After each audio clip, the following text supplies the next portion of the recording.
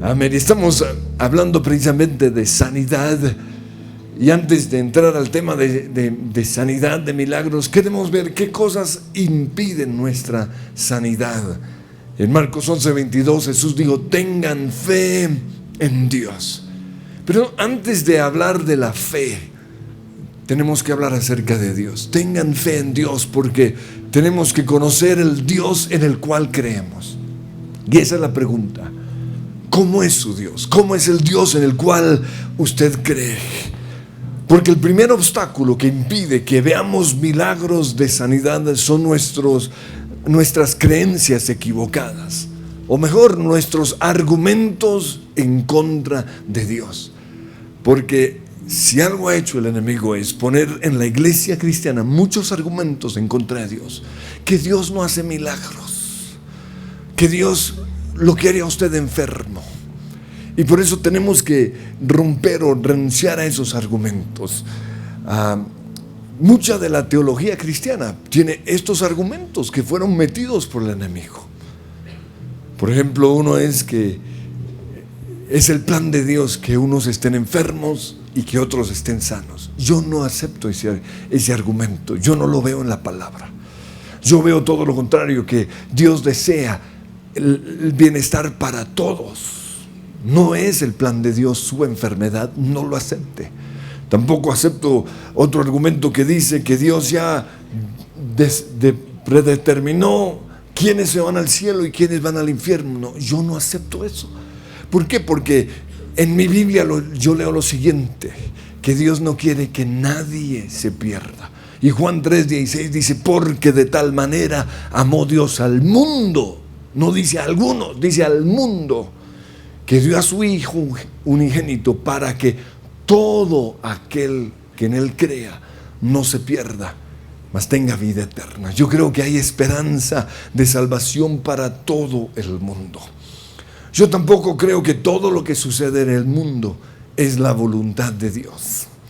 O sea, no creo que la enfermedad es la voluntad de Dios, que la violencia que estamos viendo, que niños en las calles, que haya pobreza, que haya abuso sexual, que haya promiscuidad sexual. Yo no creo que esa es la voluntad de Dios.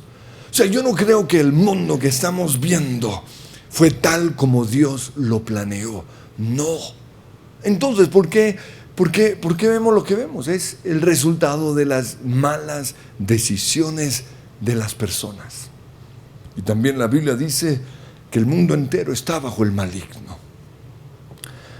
También yo creo que nosotros somos los que elegimos nuestro destino. El Señor dice claramente que Él pone delante de nosotros la libertad de elegir. Entonces nosotros podemos elegir hacer la voluntad de Dios, que es lo mejor, porque los planes de Dios para todos nosotros son los mejores. Podemos elegir eso, o podemos simplemente hacer lo que se nos da la gana, desobedecer a Dios, y las consecuencias son la pobreza, la enfermedad, la desgracia. Tampoco creo que Dios no tiene emociones, que nada lo mueve, que Él está ajeno del dolor. Que yo no creo eso. Yo creo que cuando Dios ve el dolor de un niño hambriento, su corazón se conmueve, lo toca tremendamente. Cuando Él ve hacia dónde se dirige mucha gente, hacia el infierno, eso le duele, porque en el centro del universo hay un Dios de amor que llora por cada persona que se pierde. Pero también yo creo que Dios siente placer y se alegra con los 35 minutos de alabanza que le acabamos de dar, porque nosotros tocamos las emociones de Dios. Y Pelufo la semana pasada nos mostró claramente que las desgracias de Job no fueron causadas por Dios, sino que fueron enviadas por el diablo. Y algo que me impresionó de la predicación de Pelufo es que el diablo lo que quiere, su plan detrás de todo esto, es que maldigamos a Dios. ¿Y qué es maldecir a Dios? Es echarle la culpa a Él de toda la desgracia. Y me impresionó eso. ¿Por qué? Porque durante años, eso es lo que los cristianos han dicho, ¿no? Que Dios es el culpable de todo. O sea, que esa es la voluntad de Dios. Ay, si está enfermo, esa es la voluntad de Dios. Y de una manera muy cristiana le hemos echado la culpa a Dios. Pero ¿qué dice con respecto a Job? En Job 1:22, y lo leo en la Nueva Traducción Viviente, dice: a pesar de todo, de que le hubiesen robado los animales, de que fuego hubiese caído del cielo y haya matado a las ovejas y a los pastores, de que le hubieran robado sus camellos, de que hubiese venido un viento del desierto y hubiese derribado la casa en donde estaban sus hijos y por eso murieron, a pesar de todo esto, Job no pecó porque no culpó a Dios. En otras palabras, cuando usted le echa la culpa a Dios de sus desgracias, usted está pecando. Y eso es lo que el enemigo quiere. Y eso fue lo que conquistó el corazón de Dios con respecto a Job. No le echó a él la culpa de nada. Ahora, me encantó la prédica de Pelufo porque me mostró que lo que he estado compartiendo los está llevando a ustedes a pensar. No aceptar simplemente lo que nuestros argumentos siempre han dicho acerca de Dios. No estamos pensando, estamos analizando si nuestras creencias realmente son bíblicas o simplemente son creencias que vienen de generación en generación, o quizás por la enseñanza de alguien o por el libro de alguien y no por lo que dice la Biblia. Pero yo tengo que reconocer que algunas de las cosas que dijo Pelufo me llevó a pensar como, ¿y este loco qué está diciendo? Como ¿qué está diciendo? ¿Por qué? Porque Dios estaba confrontando argumentos que yo todavía tengo en contra de Dios. Y eso es lo que quiero lograr. Que renueven su mente y empiecen a pensar conforme a lo que dice la Biblia. Pero hoy quiero hablar de otra cosa que impide que creamos en milagros, y es la familiaridad con Dios. Y dice en Marcos capítulo 6 versículo 5: debido a la incredulidad de ellos, Jesús no pudo hacer ningún milagro allí. Ahora, ¿qué causó la incredulidad de estas personas? Aquí en Marcos capítulo 6, por eso quiero que lo leamos todo. Dice que Jesús salió de esa región y regresó con sus discípulos a Nazaret. Y luego aquí dice su pueblo. Entonces, la incredulidad de los que vivían en Nazaret fue causada porque ese era el pueblo en donde Jesús había vivido. La gente en Nazaret había conocido a Jesús cuando era niño. Lo habían conocido caminando en shorts, podríamos decir. Lo habían visto en el colegio. Lo habían visto corriendo por las calles, comprando en el supermercado, jugando con sus amigos, trabajando en el negocio de su papá. Y ahí está la raíz de la incredulidad. Y dice en el versículo 2: el siguiente día de descanso comenzó Jesús a enseñar en la sinagoga, y muchos de los que lo oían quedaban asombrados como ¡wow! Y preguntaban lo siguiente: ¿de dónde sacó? Y en la internacional dice: ¿de dónde sacó este? Se están refiriendo a Dios, pero lo tratan como un cualquiera. ¿Y este de dónde sacó tanta sabiduría? O sea, ¿este dónde estudió? ¿Y de dónde sacó el poder para realizar semejantes milagros? Y luego dice: y se burlaban. Y decían lo siguiente: es un simple carpintero. O sea, no es sino un simple carpintero. Y ahora aquí nos habla como si hubiese estudiado en Harvard o en la Javeriana o quién sabe. Es un simple carpintero.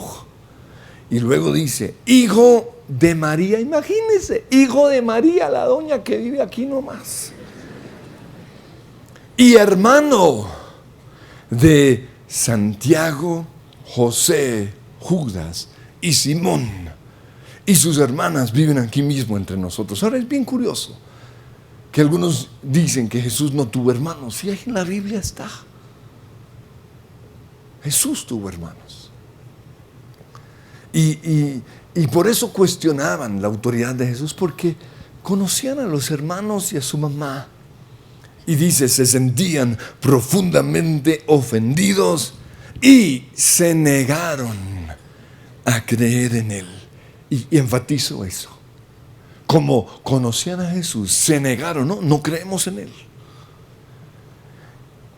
Y debido, versículo 5, a la incredulidad de ellos, vean lo que dice aquí, Jesús no pudo hacer ningún milagro allí, excepto poner sus manos sobre algunos enfermos y sanarlos. Pero que quiero que piensen en esto, debido a la incredulidad causada por la familiaridad, Jesús no pudo hacer milagros. Es posible que usted no esté experimentando milagros en su vida por la familiaridad que usted tiene hacia Jesús. Pero quiero leer el versículo 4, porque Jesús dijo, un profeta recibe honra en todas partes, menos en su propio pueblo y entre sus parientes y su propia familia. Tristemente, la familiaridad nos puede llevar a no honrar a un profeta, y en este caso, a no honrar a Dios o el medio que Dios usa para un milagro. Y quiero que pensemos en el medio, porque quizás porque usted conoce su líder del grupo de conexión, usted como que, yo no creo que Dios lo pueda usar. O porque quizás usted está en esta iglesia, usted puede pensar, pues yo no creo que Dios vaya a usar esta iglesia. La familiaridad hacia un líder o hacia una persona que Dios quiera usar en el milagro, quizás hacia su papá, porque su papá dice, ven, yo oro por ti. Pero papá. Y quizás ese es el medio que Dios quiere usar para el milagro. Y por eso dice aquí, Jesús no pudo hacer ningún milagro. Ahora, la familiaridad con Dios o hacia Dios viene como resultado de conocer a Dios desde que somos niños. Y quiero que si este es usted trabaje hoy en la oración que vamos a hacer al final. Si usted conoce a Dios desde niño, es posible que usted tiene precisamente esto, familiaridad hacia Dios. Pero también es el resultado de conocer a Dios hace muchos años, 6, 7 años. Eso ya trajo o puso en usted familiaridad hacia Dios. También la familiaridad viene porque nos acostumbramos a su presencia. ¿Sabían ustedes que en este lugar la presencia de Dios se manifiesta de una manera impresionante? Pero muchos, porque ya llevan 5 años acá, ya no lo perciben. Cuando llega una persona nueva dice, wow. Cuando viene gente de otros lugares dicen, wow, ¿qué es esto? Pero quizás en nosotros ya puede existir la familiaridad. La familiaridad también viene cuando perdemos la admiración o la expectativa. O sea, venimos acá sin esperar algo. No hay admiración hacia Dios. Y ahí viene la familiaridad. Quiero que pensemos lo que sucede en nuestras casas, porque eso puede también estar sucediendo con respecto a Dios. A veces en una casa a uno se le olvida saludar a las personas, ¿o no? Y entonces la mamá dice, oiga, salude, mi hijo. Pues si dormimos juntos o algo así, y no es cierto. A veces entre esposos se nos olvida decirle buenas noches, o al día siguiente, buenos días. Se nos olvida saludar. Lo mismo sucede con Dios. En una casa también se nos olvida decir gracias. O sea, ¿cuándo fue la última vez que usted a su papá o a su mamá les dijo gracias? Familiaridad. En una casa también somos más especiales o preferimos más a nuestros amigos o a otras personas que a nuestra familia. En una casa también Nos acostumbramos tanto a lo bueno que tenemos que ya no lo valoramos. O sea, en casa siempre hay comida. Entonces ya no valoramos la comida.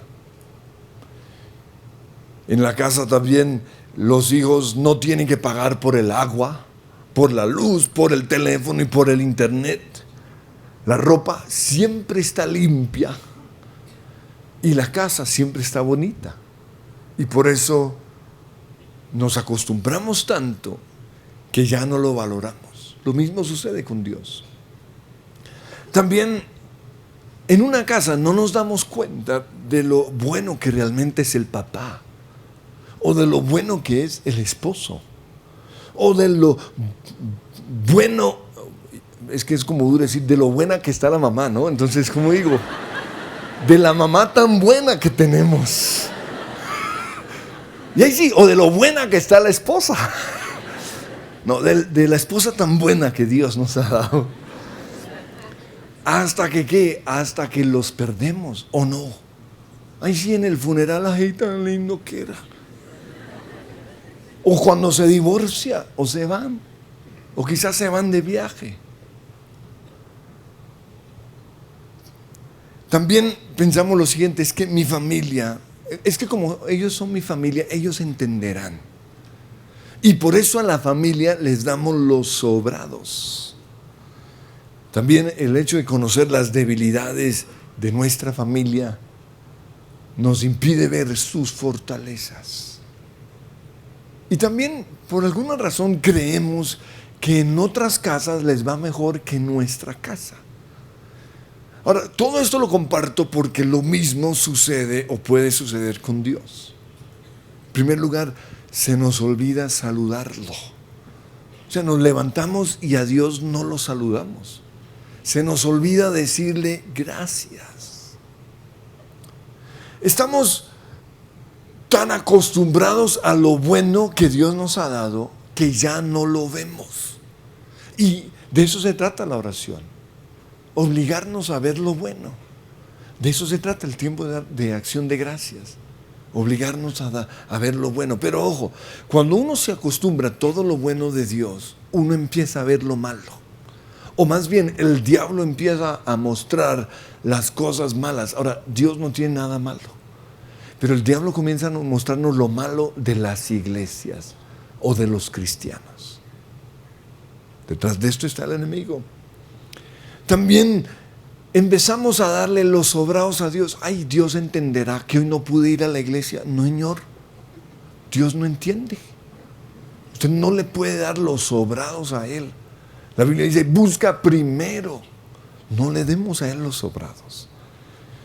Empezamos también a cuestionar los milagros de Dios. La familiaridad nos lleva a eso. Y yo tengo que reconocer que sin darme cuenta, yo empecé a cuestionar algunos milagros en la Biblia, a dudar de ellos, como, no, tampoco. Y por eso llevo un buen tiempo leyendo la Biblia y siempre que leo un milagro, me detengo y declaro, yo creo en este milagro. Yo creo que el ciego realmente vio. Y no solo creo que Jesús hizo ese milagro, sino que Él lo sigue haciendo hoy. Con Dios también nos acostumbramos tanto a su presencia que ya no lo honramos. Ahora, como yo he estado toda mi vida en la iglesia, ¿no? Yo casi no he faltado a la iglesia, tuve que aprender a creer en Dios sin sentirlo. Ahora, yo recuerdo que muchos decían, ay, tan lindo que estuvo Dios hoy conmigo. Ay, qué bendición de su presencia. Y yo como... Y entonces el diablo vino y comenzó a decir, no, es que usted no es salvo. Es que a usted Dios no lo quiere. O es que en su vida hay pecado. O Dios ya no está con usted. Pero por eso yo tuve que aprender a creer en Dios sin sentirlo. Y recuerdo un dibujo de Campus Crusade que me ayudó con esto. Es un dibujo, tal vez ustedes lo han visto, en donde hay una locomotora o un tren. Y al comienzo, lo primero es la locomotora, es una locomotora de vapor. Entonces ahí está la máquina el segundo vagón, o el primer vagón, es el vagón en donde está la leña que se le echa para mantener la locomotora funcionando. Y en el tercero es el caboose, no en términos en inglés, pero que sería el último vagón o el vagón de la cola. Pues así debe ser nuestra relación con Dios. Nosotros, o sea, la locomotora, la máquina, es la palabra de Dios, lo que está escrito. El carbón o la leña que se le echa a esa máquina es nuestra fe en lo que está escrito. Y al final, el caboose o el vagón de la cola son los sentimientos. Los sentimientos jamás pueden hacer mover el tren. Pero muchos cristianos han tratado de vivir bajo los sentimientos. Y no puede ser así. Yo siempre he creído en lo que la palabra de Dios dice. Y Dios dice, estoy contigo, no te dejaré ni te desampararé. Entonces, aunque yo no siento a Dios, yo lo creo. Aunque yo no me siento sano, yo lo creo. Aunque yo no me siento salvo, yo lo creo, basado en lo que está escrito. Y a veces me siento salvo, a veces siento su presencia, pero si no lo siento, no me interesa, porque esto es lo que el enemigo quiere. Otra cosa que puede suceder con Dios es que podemos llegar a creer que el mundo es mejor que la iglesia. Así como en una casa, algunos creen que en la casa de mi amiga es mucho mejor que en mi casa. El diablo también nos quiere hacer creer lo mismo con respecto a Dios. Que en el mundo está todo lo bueno, que en el mundo está lo mejor. La Biblia nos habla del caso de una persona que tuvo familiaridad con Dios y es Usa. Y dice la Biblia en 2 Samuel capítulo 6 que David reunió 30,000 personas para ir a la casa de Abinadab, para llevar el arca del pacto, que era el lugar en donde Dios se manifestaba, hasta Jerusalén. Y dice el versículo 3 que pusieron el arca de Dios en una carreta nueva y lo retiraron de la casa de Abinadab, que estaba en una colina. Y al salir de la casa, ojo con esto, Usa y Ahío, hijos de Abinadab, guiaban la carreta que cargaba el arca de Dios. Ahío caminaba delante del arca. David y todo el pueblo de Israel celebraban ante el Señor, entonando canciones y tocando todo tipo de instrumentos musicales, liras, arpas, panderetas, castañuelas, imagínense a lo español, y címbalos. Cuando llegaron al campo de trillar de Nacón, los bueyes tropezaron. Y Usa extendió la mano para sujetar el arca de Dios para que no se cayera. Y entonces dice, se encendió el enojo del Señor contra Usa y Dios lo hirió de muerte debido a lo que hizo. En otras traducciones dice debido a su atrevimiento o debido a su irreverencia. Y así fue como Usa murió allí mismo junto al arca de Dios. Ahora esta es una porción difícil, pero la pregunta es esta: ¿por qué murió Usa? Y la respuesta es esta: porque durante 40 años el arca del pacto o el arca de Dios se había guardado en la casa de Abinadab y Usa le había perdido el respeto. O sea, en otras palabras, era un mueble y al frente del arca pasaba Usa corriendo. No, jugaban hasta fútbol, pasaban corriendo con el perro. O sea, se había convertido en un mueble más. Y eso nos puede pasar a nosotros con la presencia de Dios. Cuando estaban llevando el arca, yo pienso lo siguiente: él vio a semejante ejército, 30,000 hombres que fueron por el arca, y él diría: ay, estos sí son bien bobos, tan ridículos. Y él pensó: estos creen que en ese baúl está disque Dios. Eso fue lo que pudo haber pasado. Y esto lo digo porque algunos mientras otros están adorando, están pensando lo mismo. Estos creen que Dios está aquí. Cuidado con la familiaridad hacia la presencia de Dios. También cuando él vio al rey y a toda la gente haciendo tanto alboroto ante el arca, la Biblia dice que celebraban y alababan a Dios.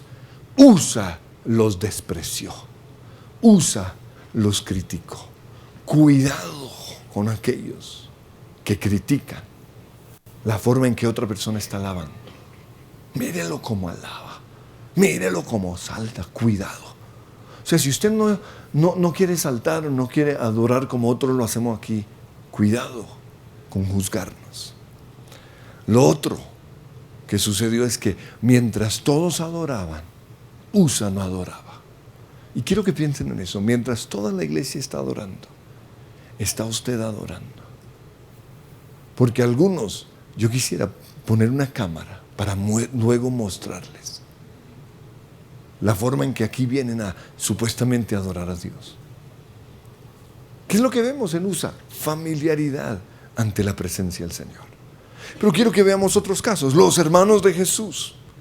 En Juan capítulo 7, versículo 1 al 5 dice: después Jesús recorrió la región de Galilea.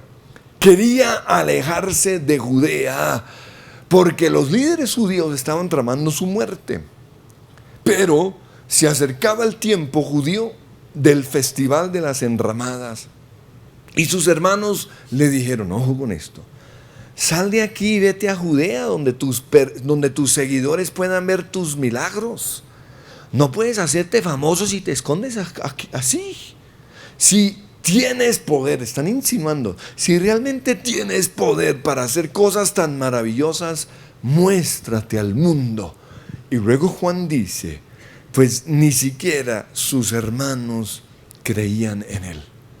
Pero yo quiero que hoy pensemos, ¿por qué los hermanos de Jesús no creían que Jesús era realmente Dios? Pues simplemente porque conocían su humanidad. Y eso les impidió ver su divinidad. Y quiero que escriban eso. Conocer la humanidad de Jesús a veces nos impide ver su divinidad. Ahora, la Biblia dice claramente que Jesús nunca pecó. Pero estando aquí en la tierra, Él vivió como cualquier ser humano.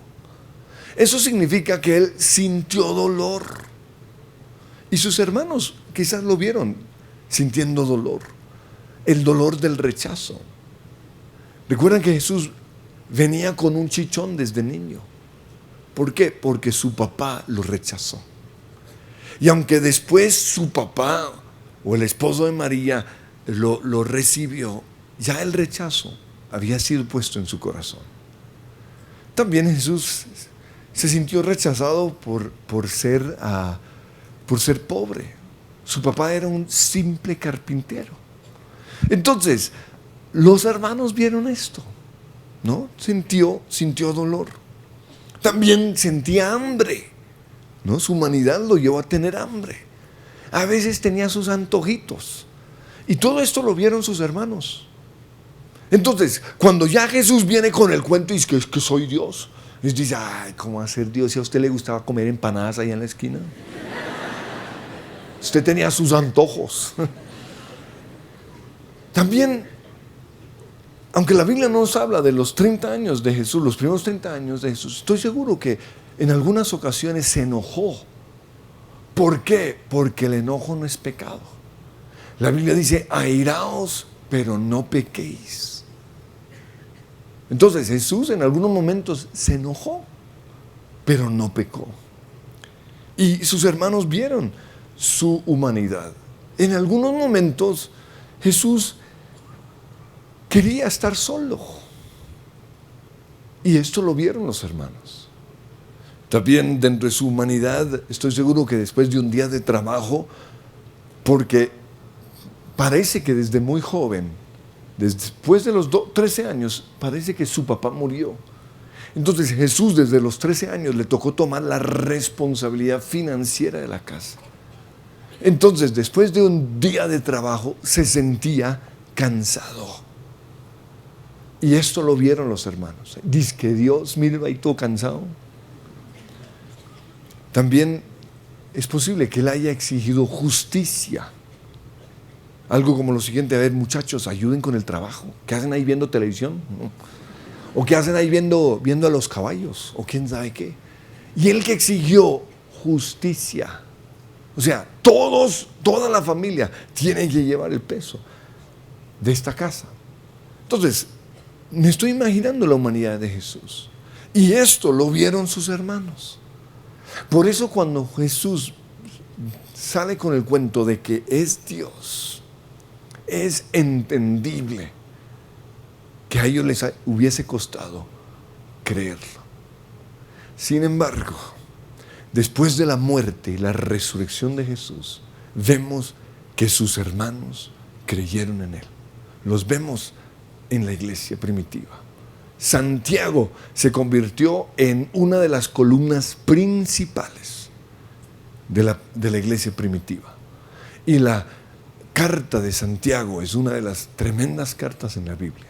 Judas, el otro hermano de Jesús, otro de los que menciona aquí la Biblia, también escribió una carta pequeña, pero me muestra a mí que los hermanos después creyeron en el Señor.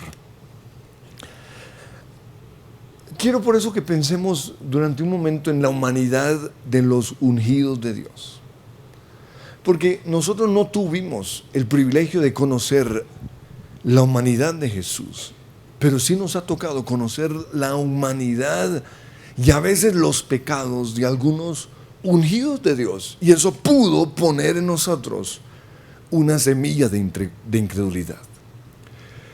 A los 17 años, 18 años, yo tuve el privilegio ya de comenzar a traducir a predicadores que venían a Colombia, y venían los más grandes. Yo estuve al lado de los más grandes, pero yo también, debido a esto, vi la humanidad de muchos de estos grandes hombres de Dios. Recuerdo uno de estos grandes que fuimos por todo Colombia, recuerdo a Cúcuta, Barranquilla y no sé a dónde más. Pero yo vi su humanidad, yo lo vi viendo televisión. Ahora, no digo que esto sea pecado, pero lo menciono, ¿sabe por qué? Porque después de que estuvimos viendo televisión, él dijo: no quiero que le diga esto a nadie. Eso sí no me gustó. ¿Por qué? Porque él mostró que su humanidad era mala, y eso nunca lo olvidaré. Ahora, los milagros que Dios hacía a través de este hombre eran impresionantes. O sea, yo vi milagros tremendos, pero eso me molestó un poquito y eso me afectó. Ahora, otra cosa que me afectó es que el tipo nunca lo vi orando ni leyendo la Biblia. Eso sí me molestó harto. Pero a veces, al conocer la humanidad de una persona, nos impide ver que Dios lo puede usar. También en una ocasión otra persona a la cual le traduje, fuimos de paseo, recuerdo, a, no sé, un pueblo de esos, Girardot, Melgar o algo así, y fuimos a almorzar a un restaurante y pidió carne, y se demoraron en traerlo 20 minutos, yo creo. Y el tipo se enojó. Ahora, al comienzo, ¿qué? Mandaron a matar la vaca y todo eso. Yo dije, tan chistoso. Y luego me di cuenta que no estaba chistoso, el tipo estaba bravo. Porque él creía que era un McDonald's, que le daban ahí una carnecita toda recalentada. Y eso me afectó. Y esto lo menciono porque es posible que ustedes hayan visto la humanidad de hombres de Dios, o aún la mía, y eso los haya podido afectar. Conocemos, porque es Vox Populi, las embarradas de los grandes hombres de Dios, sus divorcios, sus pecados, su mal uso del dinero, y eso nos afecta. Pero también a veces hemos oído comentarios o críticas de hombres que Dios usa aquí en Colombia, ¿no? Quizás digamos su ostentosidad, su ostentosidad, sus carros, la forma en que tratan a las personas. Pero quiero que aquí quede algo muy claro. Quizás no estemos de acuerdo con las filosofías de todos, pero no debemos ni hablar ni oír lo que otros digan acerca de los ungidos del Señor. ¿Por qué? Porque ese es el plan del enemigo. ¿Para qué? Para que haya incredulidad. Y la incredulidad no va hacia el hombre de Dios, sino hacia Dios. Y ese es el plan del enemigo. Yo recuerdo que hace un tiempo un hombre de Dios fue a Australia a ministrar. Y un periodista, yo leí el artículo del periodista, quería probar si este era, ay, wow, o sea, ¿cuál es este cuento? El periodista era cristiano, pero de una iglesia tradicional. Entonces, fingió con otro amigo estar enfermo. Lo montaron en una silla de ruedas y llegó al evento ahí. Pero al comienzo nadie, no lo subían al púlpito. ¿Por qué? Porque pues no mostraba tanta enfermedad y necesitaban algo espectacular. Entonces se dieron cuenta, los que están allá realmente, esos lo suben. Entonces como, entonces rápido lo subieron al púlpito y el hombre de Dios comenzó a ministrar. Y ojo, lo increíble de esto es que él dice lo siguiente al final: yo no estoy muy de acuerdo con la forma en que este hombre de Dios ministra, pero tengo que reconocer algo, que en esa plataforma sentí el poder de Dios. Lo dijo un incrédulo. Y eso me llama la atención, porque no siempre estamos de acuerdo con muchas maneras en que algunos ministran, pero no podemos negar que hay unción sobre sus vidas. Quiero concluir hablando de los discípulos del Señor, porque como estuvieron 3 años, todo el tiempo con el Señor, pudo haber llegado a sus vidas familiaridad. Lo vieron todos los días, vieron sus milagros, vieron su vida de oración, pero también vieron su relación con Dios el Padre, oyeron sus palabras, pero también vieron la humanidad de Jesús. Lo vieron enojado, porque la Biblia nos habla de que se enojó en el templo. Lo vieron cansado, lo vieron comiendo. Y algo que a mí me impresiona es que lo vieron hablando con una mujer. Y quiero leer la porción. Juan 4:27. Dice: en ese momento volvieron sus discípulos y se sorprendieron al ver que Jesús hablaba con una mujer. Me encanta. ¿Por qué? Pues la humanidad.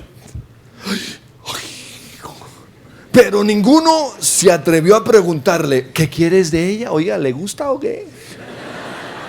¿O por qué le hablas? ¿No les gusta? A mí me impacta. Pero ojo con esto. Cada uno lo vio y lo juzgó de manera diferente. Y basado en eso, sus creencias con respecto a Jesús fueron formados. Entonces quiero que veamos 4 discípulos en particular. Pedro nunca dudó de la divinidad de Jesús. O sea, desde el mismo comienzo. Un día cuando lo llamó Jesús a que fuera su discípulo, Jesús hace un milagro impresionante, la pesca milagrosa. Toda la noche habían pescado y nada. Y Jesús dice: echen la red al otro lado. Y Pedro pensaría: ¿este qué? ¿Se las daba de pescador? Pero obedecen, recuerdan, y la pesca fue impresionante. Y en ese momento la Biblia dice en Lucas 5:8, cuando Simón Pedro se dio cuenta de lo que había sucedido, cayó de rodillas delante de Jesús y le dijo: Señor, por favor, aléjate de mí, soy demasiado pecador para estar cerca de ti. Pedro la embarró, sí, pero Pedro fue de los primeros en reconocer la divinidad de Jesús. Por eso cuando Jesús les pregunta: ¿y ustedes quién dice que soy yo? El que habló fue Pedro. Tú eres el Cristo, el Hijo del Dios viviente. Pero veamos a Tomás. Cuando sus amigos, los otros discípulos, le dijeron a Tomás: vimos a Jesús resucitado. Tomás, ¿qué dice? Yo no les creo a no ser que yo meta el dedo ahí en los huecos. ¿Y qué dice Jesús? Juan 10:29. Benditos los que creen sin verme. Y solo quiero que veamos eso, porque aquí hay un regaño duro en contra de Tomás. ¿Por qué? Porque ¿qué con respecto a los millones de cristianos? Nosotros, que creemos sin ver a Jesús. Porque ninguno de nosotros vio su muerte ni su resurrección. Pero creemos sin ver. Esta es una promesa para nosotros. Benditos, prósperos, sanos, bendecidos son ¿quiénes? Los que sin ver están creyendo. Cuidado con la familiaridad hacia Dios. El otro que quiero mencionar es Judas. Porque Judas vio los mismos milagros que vieron los otros discípulos. Oyó las mismas palabras, pero creyó de manera diferente. Judas simplemente no creyó que Jesús era Dios. Y el último es Juan. Porque de todos el que más cerca estuvo a la humanidad de Jesús fue Juan. ¿Por qué? Porque era el amigo de Jesús. Y la Biblia dice que cuando Jesús estaba muriendo, en Juan 19:26, y vio a su madre al lado de el discípulo que amaba, que era Juan, le dijo: apreciada mujer, ahí tienes a tu hijo. Y al discípulo le dijo: ahí tienes a tu madre. Y a partir de entonces, dice, ese discípulo la llevó a vivir a su casa. O sea, siempre la madre del Señor vivió en la casa de Juan. Pero ojo, yo me imagino a Juan preguntándole a María acerca de la humanidad de Jesús. Yo me imagino preguntas como: oye, ¿y cómo era Jesús de niño? ¿Qué era lo que le gustaba hacer? ¿De qué hablaba? ¿Cuál fue su comida favorita? ¿Cómo fue su relación con sus hermanos? Y estoy seguro que le hizo esta pregunta: oye, ¿y le gustó alguna niña? Pero ¿sabe qué es lo increíble? Que aunque él conoció la humanidad de Jesús, eso nunca lo llevó a la incredulidad. Todo lo contrario, su evangelio es donde más se habla de la divinidad de Jesús. O sea, si usted quiere conocer a Jesús en toda su gloria, lea el Evangelio de Juan. Y en el capítulo 1, versículo 14, y esto lo escribió 60 años después de su muerte. Juan dice lo siguiente: y vimos su gloria como del unigénito del Padre, lleno de gracia y de verdad. Yo quiero invitarles a que se pongan de pie, porque yo quiero que ustedes vean la gloria de Jesús. Y Señor, hoy renunciamos a tantos argumentos que hemos tenido en contra tuya. Argumentos, Señor, de los incrédulos, de los religiosos, de hombres como Judas. Renunciamos, Señor, hoy a tantas mentiras que hemos tenido acerca de ti. Y hoy, Señor, queremos aprender de tus hermanos, que aunque vieron tu humanidad, después reconocieron tu divinidad. Hoy queremos aprender de Pedro, no de Tomás, ni de Judas. Queremos aprender de Pedro y de Juan. Porque aunque vieron tu humanidad, reconocieron tu divinidad. Y hoy reconocemos, Jesús, que tú eres Dios, que tú eres sanador, que tú eres poderoso. Y te adoramos en estos últimos minutos con devoción, con admiración, con respeto, Señor. Y te damos la gloria que tú mereces. No queremos, Señor, ser como los de Nazaret. No queremos tratarte a ti como un cualquiera. Y hoy declaramos que Jesús es Dios. Hoy declaramos que Jesús es sanador. Hoy declaramos que tú haces milagros. Yo creo que Jesús mueve montañas. Yo creo que Jesús sana a los enfermos. Yo creo que tú eres mi sanador. Yo creo que tú eres mi sanador. sanador. Yo creo que tú haces milagros y se va la incredulidad. En el nombre de Jesús se va la duda, se va el temor, se va la religiosidad. En el nombre de Jesús, yo creo que Jesús es sanador. Yo creo en el milagro. Aleluya, aleluya.